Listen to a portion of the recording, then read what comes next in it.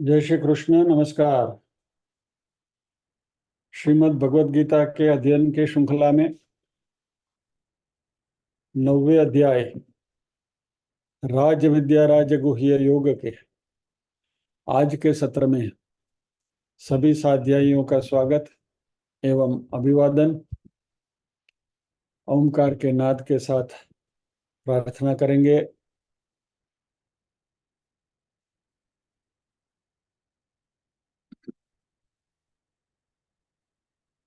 ओम।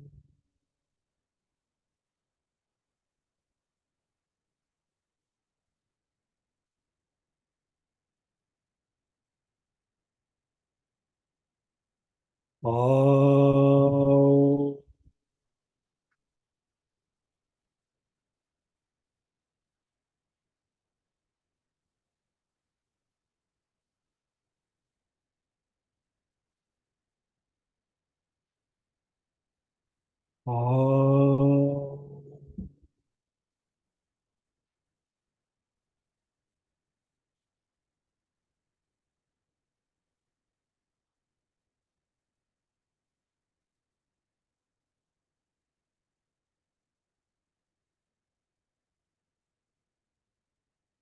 वक्रतुंड महाकाय सूर्यकोटि समप्रभ निर्विघ्नं कुरु मे देव सर्वकार्येषु सर्वदा।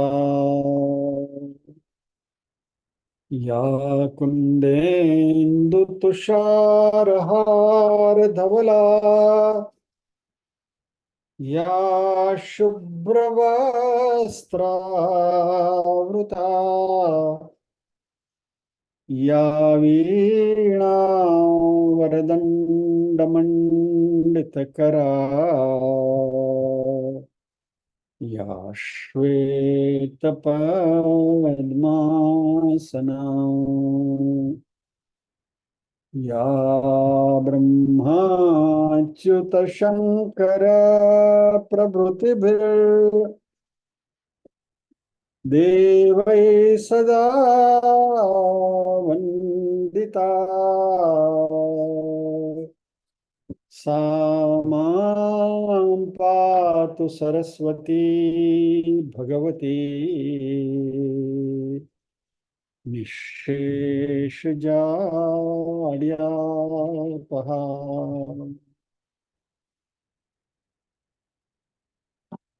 वसुदेवसुतं देवं कंसचाणूरमर्दनम् देवकी परमानन्दम् कृष्णं वन्दे जगद्गुरुम्।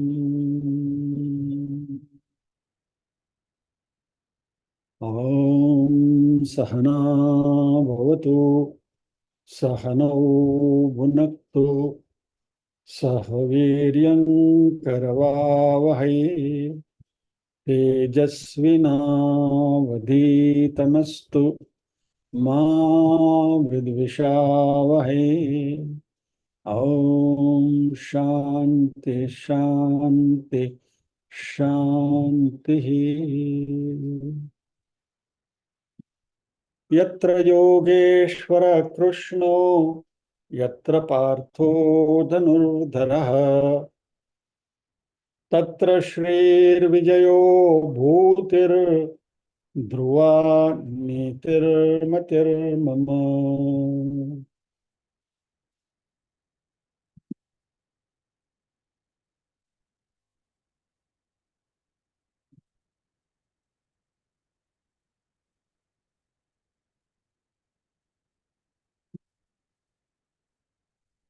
ओम श्री परमात्मने नमः।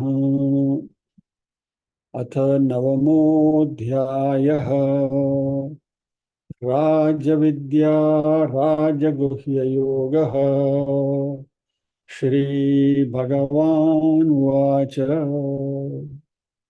इदं तु ते गुह्यतमं प्रवक्ष्याम्यनसूयवे ज्ञानं विज्ञानसहितं यज्ञात्वा मोक्ष्यसे शुभात् राजविद्या राजगुह्यं पवित्रमिदमुत्तमम् प्रत्यक्षावगमं धर्म्यं सुसुखं कर्तुमव्ययम् अश्रद्धधाना पुरुषा धर्मस्यास्य परन्तप अप्राप्य मां निवर्तन्ते मृत्यु संसारवर्त्मनि मया ततमिदं सर्वं जगदव्यक्तमूर्तिना मत्स्थानि सर्वभूतानि न चाहं तेष्वस्थितः न च मत्स्थानि भूतानि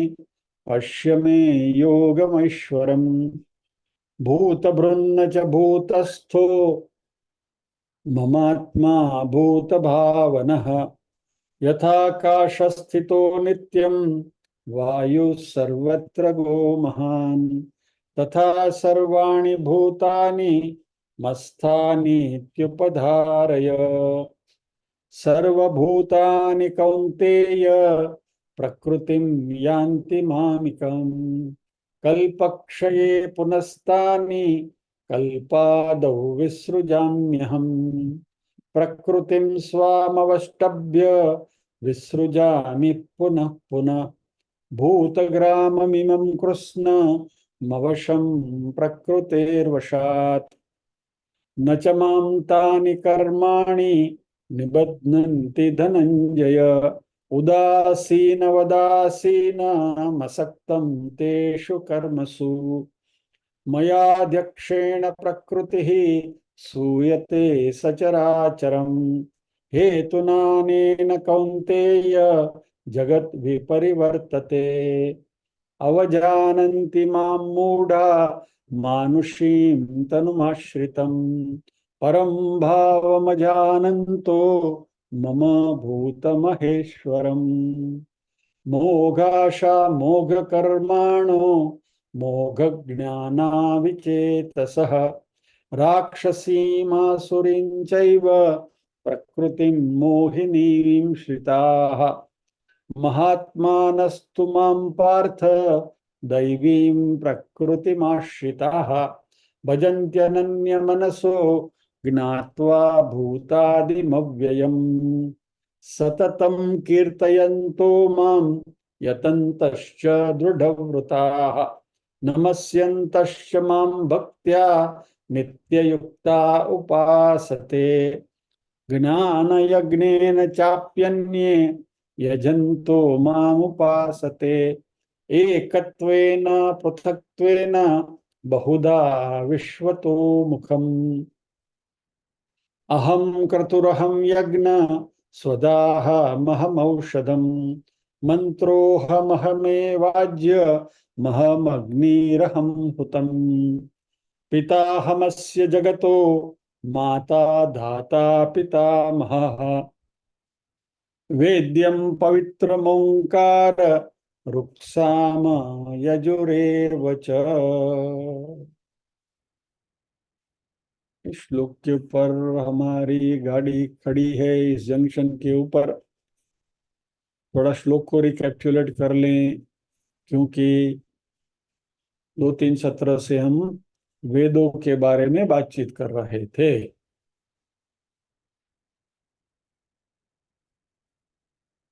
पिता अहम अस्य जगतः माता धाता पितामहः वेद्यम पवित्रम ओंकार रुक्साम यजुः एवच। इस जगत, संपूर्ण जगत का मैं पिता हूं, इस जगत का माता हूं सर्जनहार की कैपेसिटी में।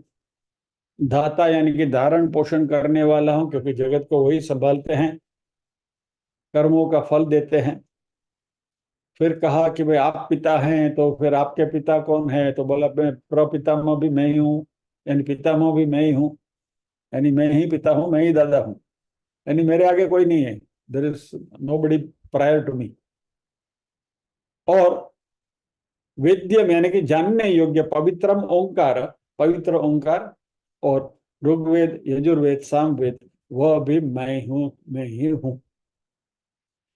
ये चर्चा करते करते जब भी ऋक साम यजु की बात आई तो हमने थोड़ा ट्रैक चेंज किया था और हमारे चारों वेदों के बारे में एक विहंगावलोकन हमने कर लिया कि भाई हम वेद वेद वेद वेद करते हैं, लेकिन वेद में है क्या। तो इसके बारे में हमें कुछ जानकारी प्राप्त हुई, जिससे we have become a little wiser about हमारी संस्कृति के बारे में। तो अभी गाड़ी वापस हमारे मेन ट्रैक पर चढ़ गई है। हमने चारों वेदों के बारे में परिचय कर लिया। ऋग्वेद, सामवेद दो गेय हैं, पद्य हैं, यजुर्वेद गद्य है, और अथर्ववेद में खास करके लौकिक और भौतिक गतिविधियों की बातें उसमें हैं, और अथर्ववेद का ज्यादा उपयोग धार्मिक विधियों में और क्रियाकांड में नहीं होता है।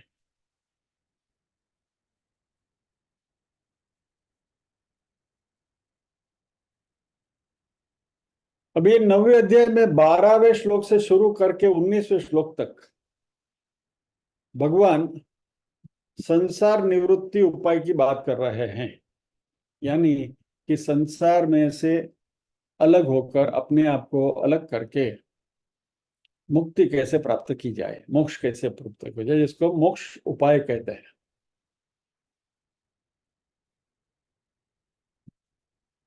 और यहां भगवान वस्तुतः भक्ति की बात कर रहे हैं। संसार निवृत्ति का एक उपाय, सॉल्यूशन फॉर संसार निवृत्ति इज भक्ति।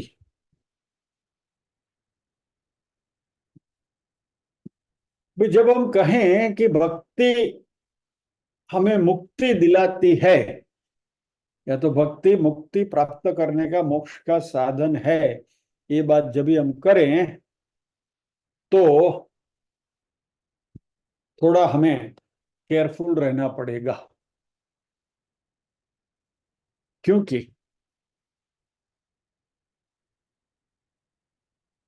भक्ति मात्र जो स्थूल स्वरूप की भक्ति, जो हम अक्सर ज्यादातर जिससे हम फेमिलियर हैं, वह भक्ति चित्त शुद्धि करती है, मुक्ति नहीं दिलाती। और भक्ति की भी 3 लेयर्स हैं, 3 लेवल की साधना है उसमें। तो और 3 लेवल क्या है? एक एक कर्म लक्षण भक्ति, दूसरी उपासना लक्षण भक्ति, और तीसरी है ज्ञान लक्षण भक्ति।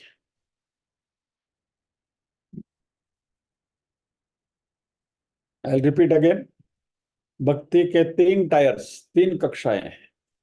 कर्म लक्षण भक्ति, उपासना लक्षण भक्ति और ज्ञान लक्षण भक्ति। अब इनमें फर्क क्या है वो देखेंगे। पहली जो कर्म लक्षण भक्ति है वो कर्मयोग है, जो चित्त शुद्धि करती है। उसमें से हमें ग्रेजुएट होकर उपासना लक्षण भक्ति में जाना है। उपासना लक्षण भक्ति में हमें ध्यान करना है, मेडिटेशन, जो हम 6ठे अध्याय में अभी सीखने वाले हैं।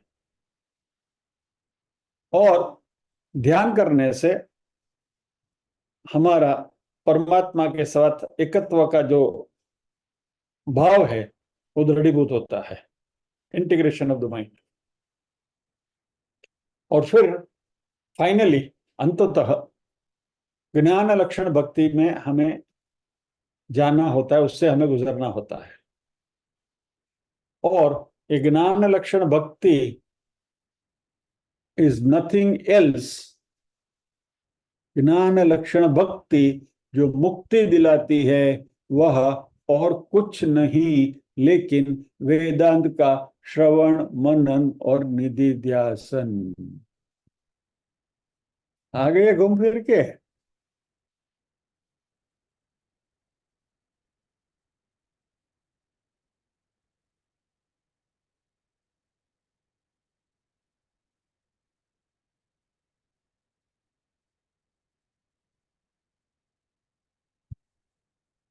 गुरुवार को हम जो विवेक चूड़ामणि कर रहे हैं उसमें शंकराचार्य जी ने एक, उनका एक श्लोक मैं कोट करता हूँ विवेक चूड़ामणि का। उसमें उन्होंने वही बात करी है। इसके बारे में डिटेल में हम चर्चा करने वाले हैं गुरुवार के सत्र में, डोंट वरी।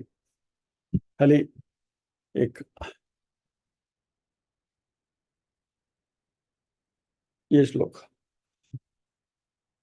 मोक्ष कारण सामग्र्याम भक्तिरेव गरीयसी स्वस्वरूपानुसंधानम भक्तिरित्याभिधीयते स्वात्मतत्वानुसंधानम भक्तिरित्यपरे जगुः। मोक्ष कारण सामग्र्याम भक्ति ही एव गरीयसी, यानी मोक्ष मुक्ति के कारण रूप सामग्री या तो जो भी विधि विधान है उसमें भक्ति सबसे बढ़कर है। और स्वस्वरूप अनुसंधानम भक्ति ही इति अभिधीयते, अपने स्वरूप के साथ अनुसंधान करना, स्वस्वरूप के साथ आत्मा स्वरूप के साथ अनुसंधान करना, वह भक्ति ही कहलाती है। भक्ति ही इति अभिधीयते। और स्वात्म तत्व अनुसंधानम भक्ति ही इति अपरे जगु। कोई भी स्वात्म तत्व का अनुसंधान ही भक्ति है, ऐसा भी कहते हैं अपरे, यानी कि और कोई लोग ऐसा कहते हैं। यानी इन शॉर्ट इस श्लोक के द्वारा शंकराचार्य जी कहते हैं कि भक्ति मुक्ति का साधन है, लेकिन कैसी भक्ति वो भी हम देखेंगे। ठीक है, ये विवेक चूड़ामणि का श्लोक हम डिटेल में डिस्कस करने वाले हैं गुरुवार के सत्र में। पहला लेवल की जो भक्ति है वह कर्म लक्षण भक्ति है, जिसमें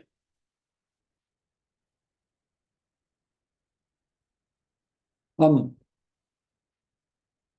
पूजा भजन ये सब करते हैं। तो हरे कृष्ण कृष्ण कृष्ण हरे हरे, हरे राम राम राम हरे हरे, ये सब कर्म लक्षण भक्ति है। यानी आप कुछ करते हैं, शरीर से कुछ क्रिया करते हैं, उस क्रिया के द्वारा जो भक्ति होती है वह कर्म लक्षण भक्ति है। वैसे हम और भी भक्ति करते हैं, नवरात्रि में 9 दिन गरबा गाते हैं माता जी का, वो भी कर्म लक्षण भक्ति है। गणेश चतुर्थी के समय पर गणपति की पूजा करते हैं 10 दिन, वो भी कर्म लक्षण भक्ति है।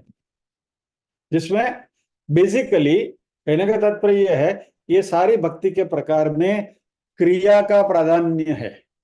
You are doing some physical act, शरीर से हम कुछ कार्य करते हैं, वो कार्य सात्विक है, परमात्मा के साथ अनुसंधान का ही है, लेकिन ये सारी भक्ति जो है वो कर्म लक्षण भक्ति कहलाई है। और इस श्लोक के संदर्भ में हम कहें तो यह भक्ति हमारी चित्त शुद्धि करेगी, लेकिन मुक्ति नहीं दिलाएगी, इससे मोक्ष प्राप्त नहीं होगा। पॉइंट। उसके बाद अब ये में से आप और आगे बढ़े, ग्रेजुएट हुए तो उपासना लक्षण भक्ति आई, तो मेडिटेशन वाली बात आएगी, ध्यान की। बराबर, जहां ध्यान में कर्मकांड नहीं है, शरीर से कुछ क्रिया नहीं करनी है, सारा जो भी घटित होता है वो मन के लेवल पर होता है। फॉर एग्जाम्पल शिव मानस पूजा, इसमें भी आप वही वही कर रहे हैं जो फिजिकली करते हैं, बराबर। लेकिन शिव मानस पूजा में मानस पूजा करते हैं।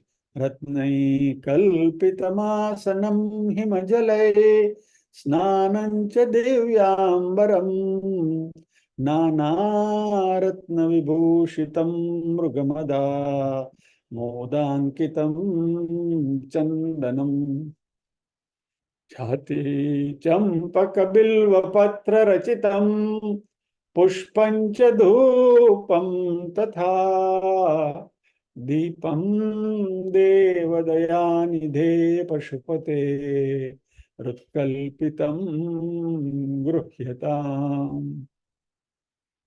बहुत आनंद आता है। और इसके अंदर शंकराचार्य जी ने अध्यात्म बुन लिया है।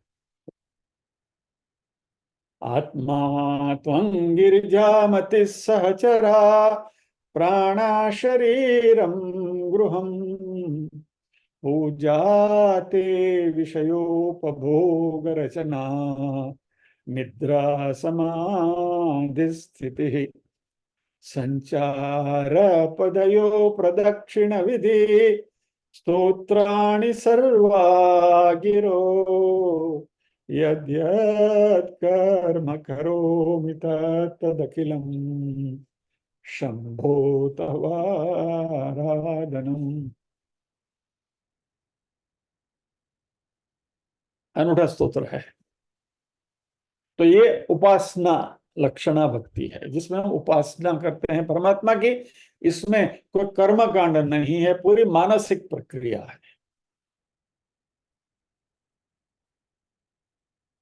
और तीसरा फाइनल लेवल जो भक्ति का है वह जानकारी या तो विचार।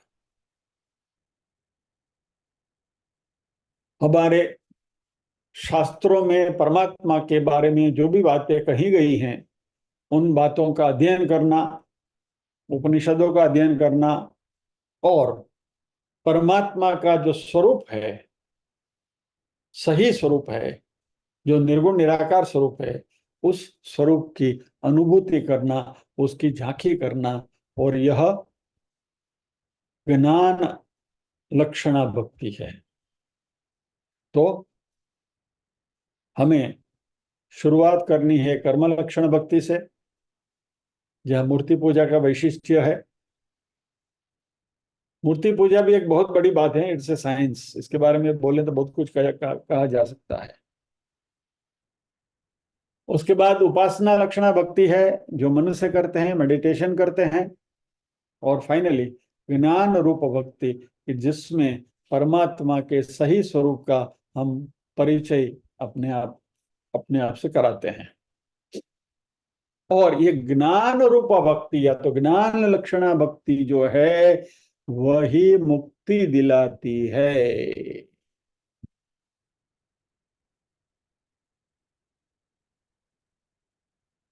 सो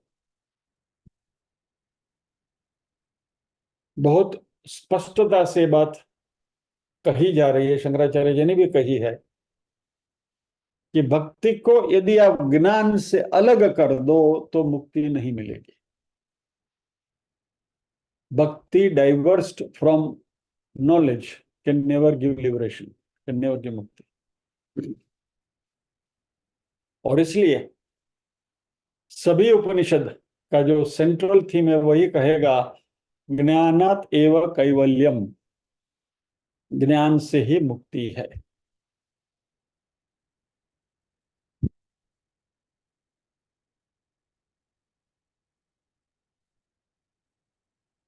यही बात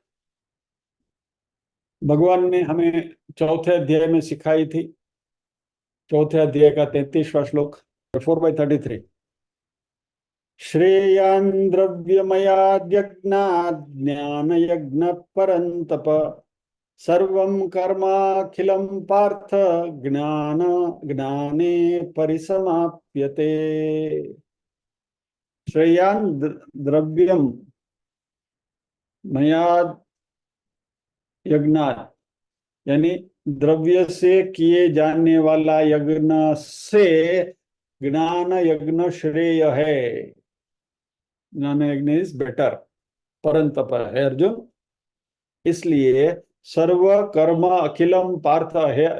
अर्जुन को दो बार इस श्लोक में संबोधन करे, एक बार परंतप बोला और अभी पार्थ बोलते हैं, यानी इज ट्राइंग टू एम्फेसाइज कि सर्व कर्म अखिलम पार्थ, सभी कर्म हे अर्जुन ज्ञाने परिसमाप्यते, ज्ञान में जाकर समाप्त होते हैं। और इसलिए ज्ञान कैसे प्राप्त करना है 34वें श्लोक में कह रहा है, तद विद्धि प्रणिपातेन परिप्रश्नेन सेवया उपदेक्ष्यन्ति ते ज्ञानम ज्ञानिनस्तत्वदर्शिनः। तो भक्ति का भी कल्बिनेशन ज्ञान लक्षणा भक्ति से ही होता है और वही मुक्ति दिलाते हैं। सो सभी यज्ञ, सभी पूजाएं, सभी विधि विधान यह विचार में यानी कि इंक्वायरी में परिणमित होना चाहिए, यानी systematic study of our scriptures, हमारे शास्त्रों का विधिवत अध्ययन। ऐसे आदमी कोई कहीं से भी एक किताब हाथ में आ गई, ऋग्वेद की पढ़ ली रख दी, यजुर्वेद की आई पढ़ ली रख दी, नहीं। भगवत गीता की किताब हाथ में आ गई, दो चार श्लोक इधर उधर, ये पाना पाना फिर भी लीधा, हाँ वहां गीता वहां चली दी। सिस्टमैटिक स्टडी हमारे शास्त्रों का अध्ययन करना चाहिए, और यही भक्ति का विशिष्ट स्वरूप है। और इसलिए इस क्षण में, या तो ये 8 से 9 के हमारे सत्र में हम जो कार्य यहाँ कर रहे हैं, it is nothing else but ज्ञान लक्षणा भक्ति। और इसलिए स्वामी चिन्मयानंद ने उनके भगवत गीता के जो उनके प्रवचन होते थे, उनको गीता ज्ञान यज्ञ कहा करते थे। ज्ञान लक्षणा भक्ति है। तो भक्ति जिंचक जिंचक नहीं है, मात्र जिंचक जिंचक नहीं, जिंचक जिंचक भी है लेकिन मात्र जिंचक जिंचक भक्ति नहीं है। यज्ञ याग आदि भी भक्ति नहीं है, है सब कुछ भक्ति है। लेकिन जब तक वेदांत का अध्ययन नहीं करोगे, शास्त्रों का अध्ययन नहीं करोगे, तब तक मुक्ति नहीं मिलेगी।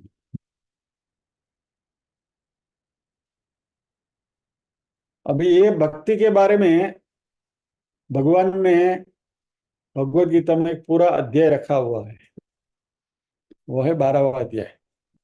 वो अध्याय का नाम ही भक्ति योग है।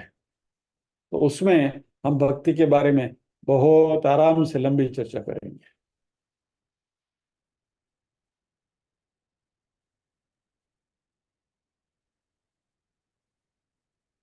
जब भी हम कहते हैं कि भक्ति मुक्ति का साधन है, तो यह भक्ति परमात्मा के प्रति हमारा ध्यान केंद्रित करने के लिए, या तो परमात्मा के प्रति हमारा रुख करने के लिए।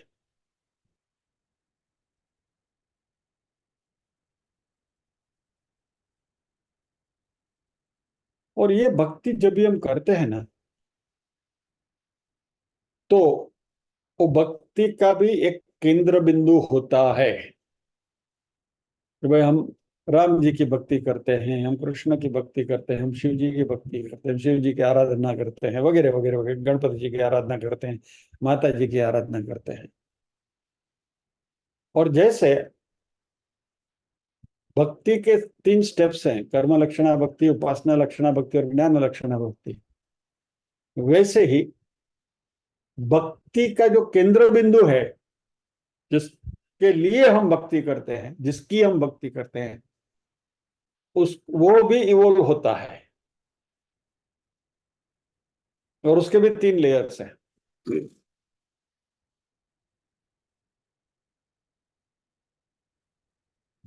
तो जब भी भक्ति की हम शुरुआत करते हैं, तो भक्ति एक लेवल से शुरू होती है और अल्टीमेटली फाइनली हमें निर्गुण निराकार तक ले जाती है, और जो हमें मुक्ति दिलाती है।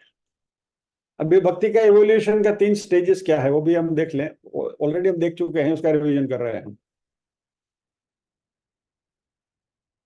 भक्ति का प्रथम सोपान जो है, फर्स्ट लेवल ऑफ भक्ति इज एक रूप ईश्वर, यानी हमारे इष्ट देव की भक्ति। मेरे इष्ट देव कृष्ण है तो मैं कृष्ण भक्त हूं। आपके इष्ट देव शिव जी हैं तो आप शिव जी के भक्त हैं। आपके इष्ट देव हनुमान जी हैं तो आप हनुमान जी के भक्त हैं, वगैरह वगैरह वगैरह। यानी एक रूप भक्ति। कोई भी रूप हमें जो पसंद आया, जो स्वरूप हमें पसंद आया, सभी मोर दे आर ऑल सेम, लेकिन जो स्वरूप हमें पसंद आता है वह हमारा इष्ट स्वरूप, इसलिए वो हमारे इष्ट देव, और वो इष्ट देव की हम भक्ति करते हैं एक स्वरूप की। मूर्ति पूजा का प्रधान रहस्य यही है कि हम मूर्ति पूजा क्यों करते हैं।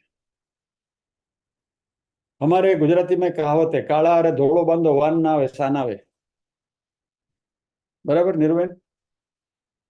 काला अरे धोड़ो बांधो वान ना आवे सा ना आवे। काले के साथ गोरे को बांधो तो उसका कलर नहीं आता है, लेकिन एक दूसरे का चेष्टाएं सब आ जाती हैं।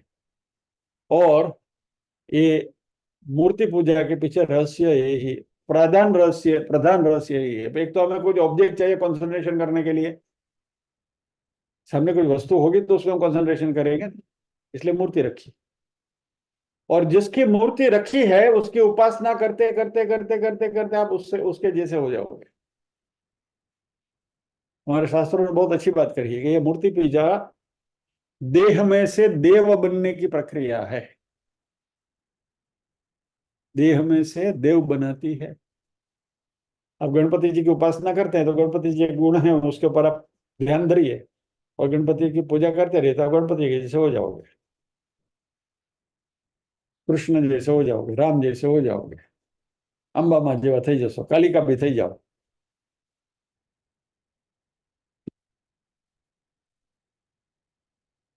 जिसकी उपासना करो वैसे हो जाओगे आप। तो ये एक रूप ईश्वर भक्ति, यानी परमात्मा एक एंटिटी है। मैं यह व्यक्ति नहीं कहूंगा, नहीं तो इसमें वापस गड़बड़ हो जाएगी।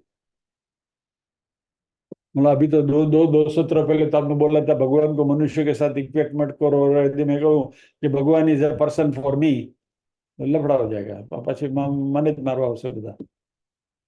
इसलिए God is an entity for me, single entity for me. मेरे सामने बैठे हैं, जैसे शिव जी कैलाश में बैठे हैं, भगवान कृष्ण वैकुंठ में बैठे हैं, गोलोक में वृंदावन में बैठे हैं, वगैरह वगैरह।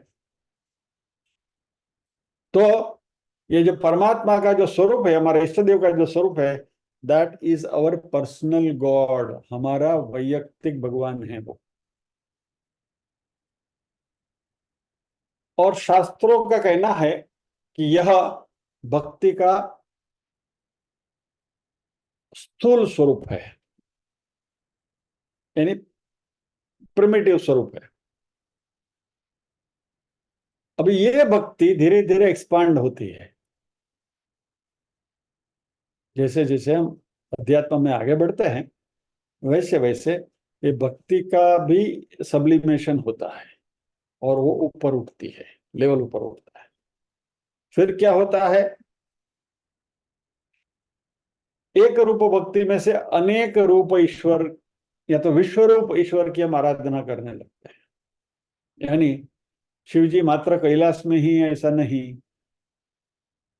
विष्णु मात्र गोलोक में है ऐसा ही नहीं, कृष्ण वृंदावन में है ऐसा ही नहीं, लेकिन ये सभी जगह पर है।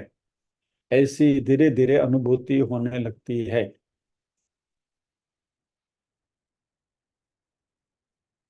एक उदाहरण आपके सामने रखूं,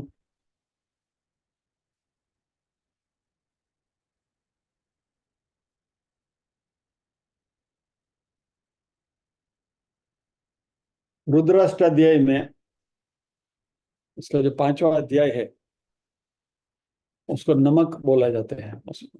खास कर रुद्री में खास करके नमक और चमक का बहुत महत्व है। और ये पांचवा अध्याय जो है उसको नमक है, तो उसमें नमा नमा नमा नमा देखिए आप इसमें पढ़ेंगे, आप इसमें रीटा बेन अभी जाओ मैदान में, बोलो, अनम्यूट करो। नमः पर्णाय च नमः पर्णसदाय च नमः उद्गुरुमाणाय च चापी धन दते च नमः आखी दते च रखी दते च नमः ઈસુકૃત અહીંયા જો શ છે ને અહીંયા ખ વચાશે બરાબર છે। ઈત્કૃતભ્યો નમો ધનુષ્કૃતભ્યો નમો નમઃ નમઃ વ કિરીકેભ્યો દેવાનાગુ અહીંયા ગુમ આવે છે વચમાં। દેવાનાગુમ હૃદયેભ્યો નમઃ नमः विचितवत्केभ्यो नमः विस्कृतकेभ्यो नमः आने हतेभ्यः द्रापे પછી અહીંયાથી પાછું ટોન બદલાઈ જાય છે। ટોન બદલાય છે એટલે આપણે અહીંયા રોકીએ, અહીંયા વિરામ લઈએ આપણે, बराबर। अभी ये जो नमः नमः नमः नमः जो उनके जो स्वरूप हैं,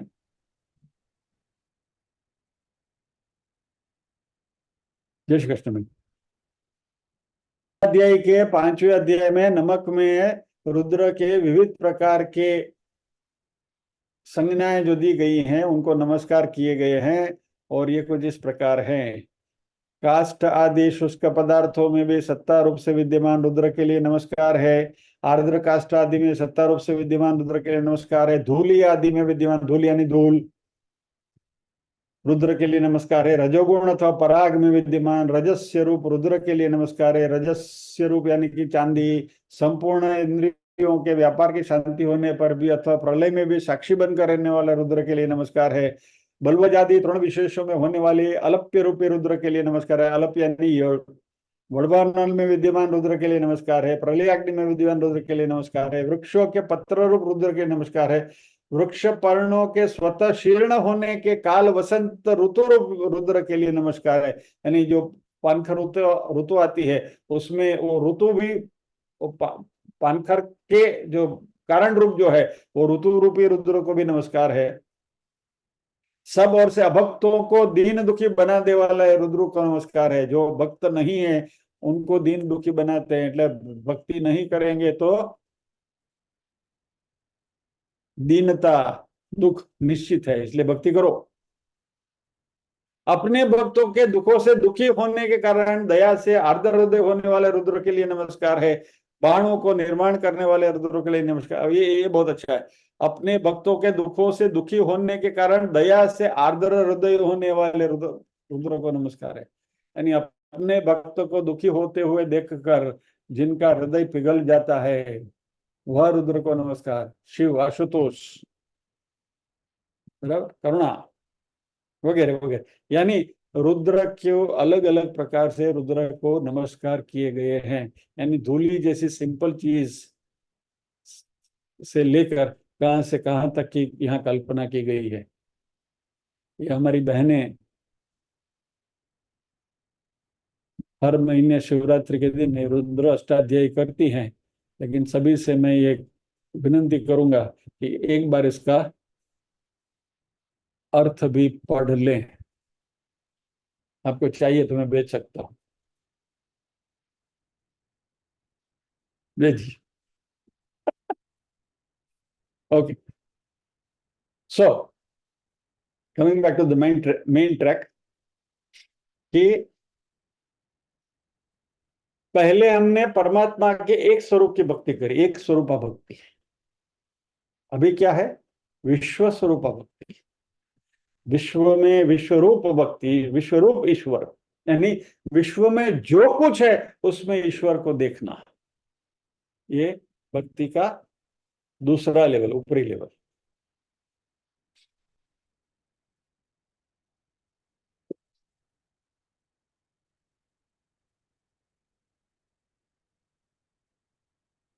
पूरा जगत शिवमय है ऐसा कहा गया है, यानी एक रूप भक्ति है।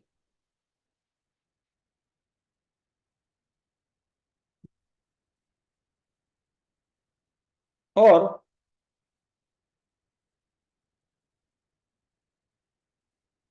फाइनली परमात्मा अरूप है, निर्गुण है, निराकार है।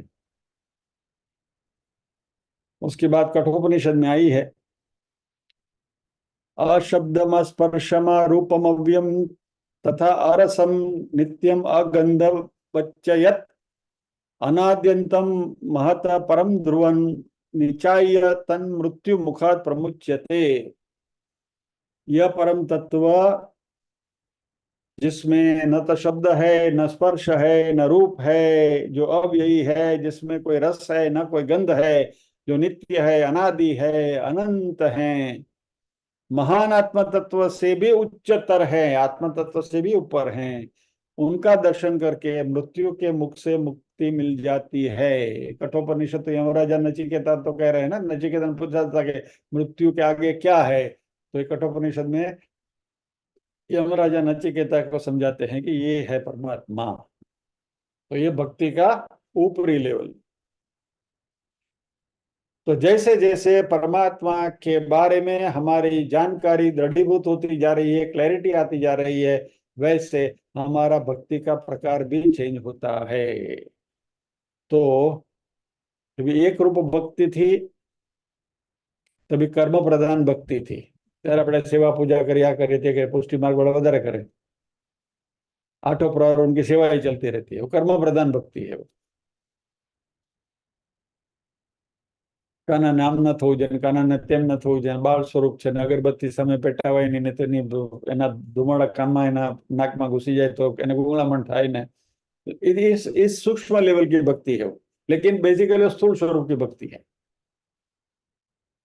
धीरे धीरे वो कर्मकांड से ऊपर उठकर उपासना कांड में हम जाते हैं, जहां मानसिक प्रक्रिया चलती है, और फिर वो उपासना से वेदांत विचार की लेवल तक हम पहुंचते हैं।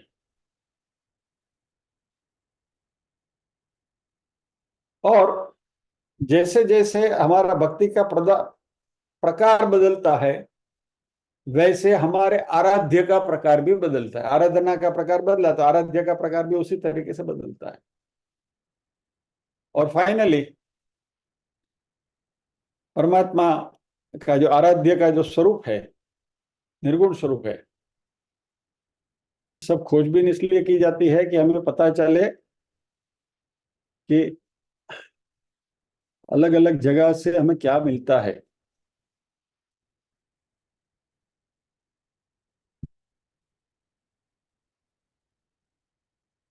अब ये स्कंदोपनिषद हम कभी करने वाले नहीं है, उसका अगर रेफरेंस मिला है तो जरा देख ले।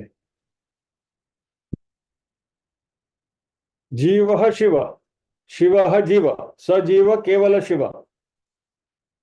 जीव है वो शिव है, शिव है वो जीव है, वही जीव मात्र शिव ही है।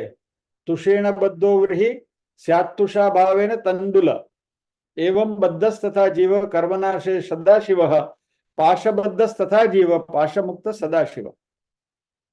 बहुत अच्छा श्लोक, मुझे बहुत प्रिय लगा, बहुत अच्छा लगा, इसलिए लाए। उसकी उपमा बहुत अच्छी बताई उसमें। क्या है ट्रांसलेशन का, देखिए। जीव ही शिव है और शिव ही जीव है। वह जीव विशुद्ध शिव है, यानी जो विशुद्ध जीव हो गया वो शिव बन जाता है। जैसे धान का छिलका लगे रहने पर व्रीहि और छिलका दूर हो जाने पर उसे चावल कहा जाता है, बराबर। चावल जो होता है उसके ऊपर छिलको है ना, पहले શું કહેવાય, પોતરું, जब तक उसका कवर है तब तक उसको व्रीहि कहते हैं। साड़ कहिए ना गुजराती में, बराबर। तब तक वो साड़ है, छिलका दूर हो गया तो वो चावल बन जाता है, चोखा बनी जाए।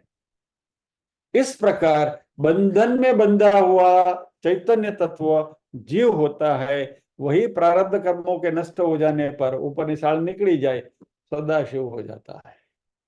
दूसरे शब्दों में पाश में बंधा जीव जीव कहलाता है, और पाश मुक्त हो जाने पर सदाशिव हो जाता है। कितनी अच्छी बढ़िया कल्पना है। स्कंदोपनिषद का यह श्लोक है। सो जैसे जैसे हमारी भक्ति सबलाइम होती है, आराधना सबलाइम होती है, वैसे वैसे हमारे आराध्य का स्वरूप भी सबलाइम होता है। सो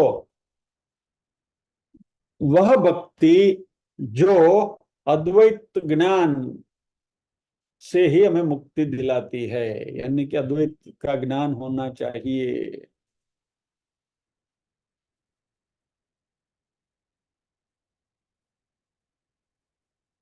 इसकी भी प्रूफ चाहिए आपको? भगवत गीता से मिल जाएगी। આપણે કે બહાર જવું જ નથી, હાલો ને।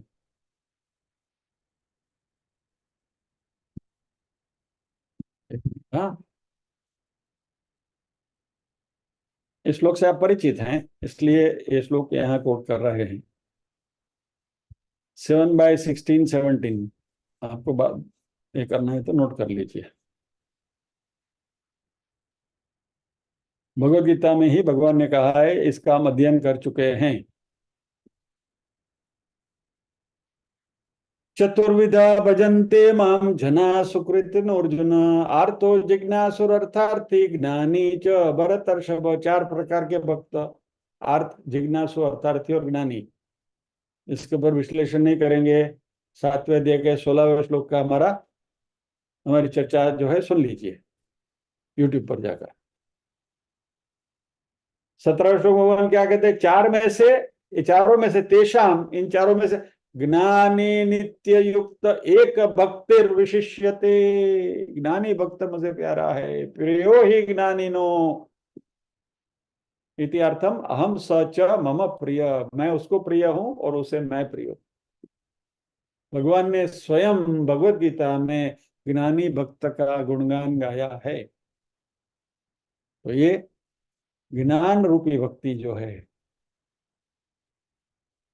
वह श्रेष्ठ है, ऐसा कहा गया है। तो अहम ब्रह्मास्मि के लेवल पर जो ले जाए वह ज्ञान, और जो भक्ति इस ज्ञान के द्वार तक हमें ले जाए वो सही भक्ति है। यानी 3 प्रकार की भक्ति: कर्म, उपासना और विचार। कर्म लक्षण, उपासना लक्षण और विचार लक्षण। और इसी के 3 करस्पॉन्डिंग ऑब्जेक्ट्स: एक रूप भक्ति, अनेक रूप भक्ति, अरूप भक्ति। और अरूप भक्ति जो है वह हमें मुक्ति दिलाएगी। और कृष्ण इस 16वें श्लोक में अनेक रूप भक्ति या तो विश्व रूप भक्ति की बात कर रहे हैं 16वें और 17वें श्लोक में। इस बात को हम अगले सत्र में जारी रखेंगे, यहाँ विराम लेंगे। आप कहेंगे कि भगवत गीता में एक श्लोक करो, हम आटला बदा क्लास करवाना? हाइद्रो छू गली में गली, हेमा गली, हेमा गली, हेमा गली, कहाँ कहाँ घूम के आते हैं हम, और इसका मजा है। आइए प्रार्थना करेंगे। ओम असतो मा सद्गमय तमसो मा ज्योतिर्गमय मृत्योर्मा अमृतंगमय। सर्वेषां स्वस्तिर्भवतु, सर्वेषां शान्तिर्भवतु, सर्वेषां मंगलं भवतु, सर्वेषां पूर्णं भवतु। लोका समस्ताः सुखिनो भवन्तु, लोका समस्ताः सुखिनो भवन्तु। नाहं कर्ता हरिः कर्ता, हरिः कर्ता हि केवलम्। ओम शांति शांति शांति। सभी के हृदय कल्प में विराजमान परम कृपालु परमात्मा को वंदन करते हुए आज के सत्र को विराम देते हैं। अगले शनिवार फिर मिलेंगे इसी श्लोक के साथ। जय श्री कृष्ण जी। नहीं पतियों,